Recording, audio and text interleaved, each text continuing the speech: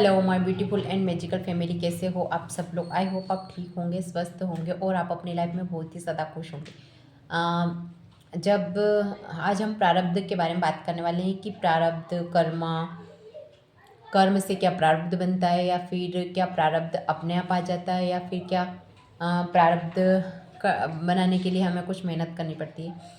तो ऐसा कुछ नहीं है।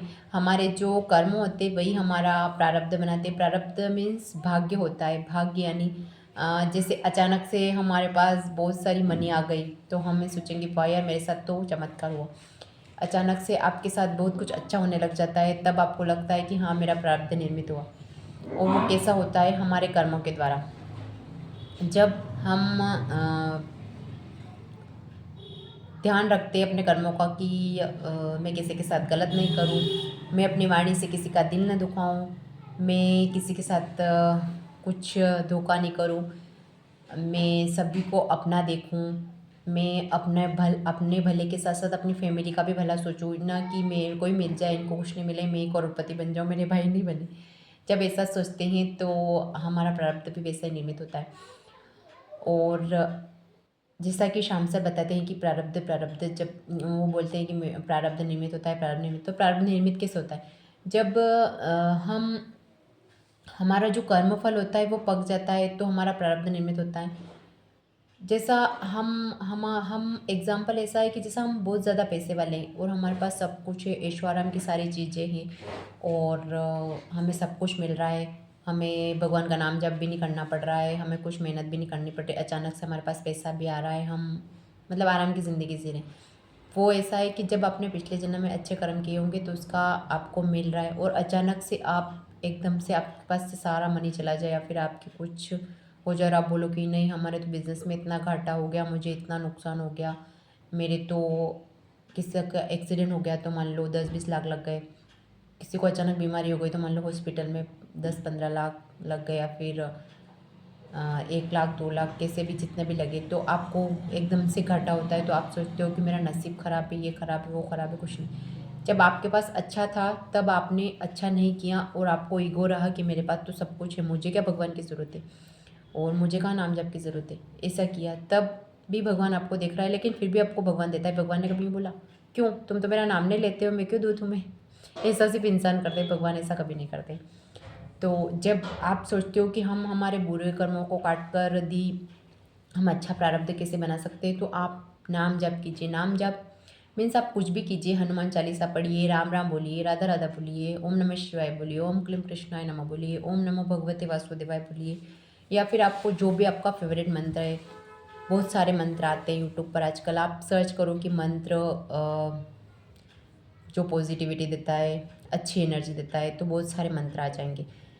मेरे हिंदू धर्म में ऐसे ही मंत्र हैं तो मुझे यही वाले पता है।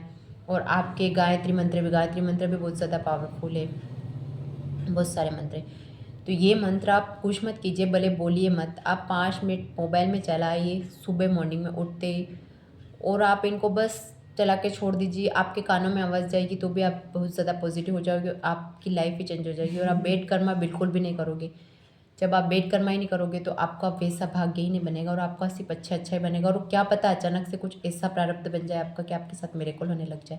जैसे उस डोली चाय वाले का बना था। डोली चाय वाले को भी नहीं पता था कि मैं चाय बेचते बेचते बहुत ज़्यादा महंगी महंगी कारों में घूमूँगा जहाँ हम सोच भी नहीं सकते।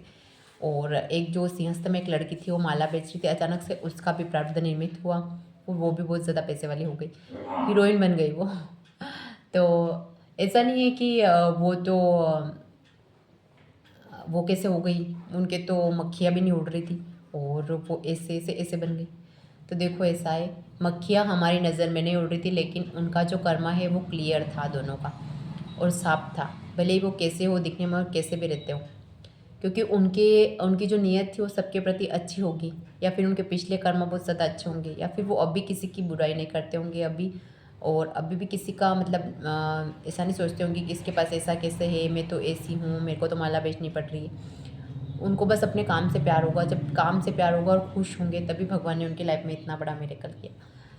हम भी चाहते हैं कि हमारे साथ भी ऐसा मिरेकल हो, तो आपके साथ भी ज़रूर होगा। सबसे बड़ी है मन की शांति, चाहे कितना भी कुछ हो जाए।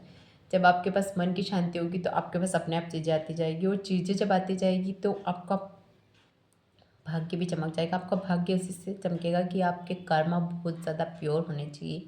जब आपके कर्म प्योर रहेंगे तभी आपका प्रारब्ध एकदम से हो जाएगा और आपका नसीब पता नहीं आपको कहाँ से कहाँ ले जाएगा। सबके नसीब में सब नहीं होता है, क्योंकि हम बचपन से लेकर अभी तक जितने बड़े हुए हैं, क्या पता हमने कौन सा बुरा कर्म किया है, क्या पता हमने अनजाने में से ही किसी का दिल दुखाया। हो सकता है मेरे से भी कभी अनजाने में अभी भी दुख जाता हो, मैं बहुत ज़्यादा ध्यान रखती हूँ लेकिन फिर भी दुख जाता है। तो उसके लिए होपोनो प्रेयर कीजिए आप।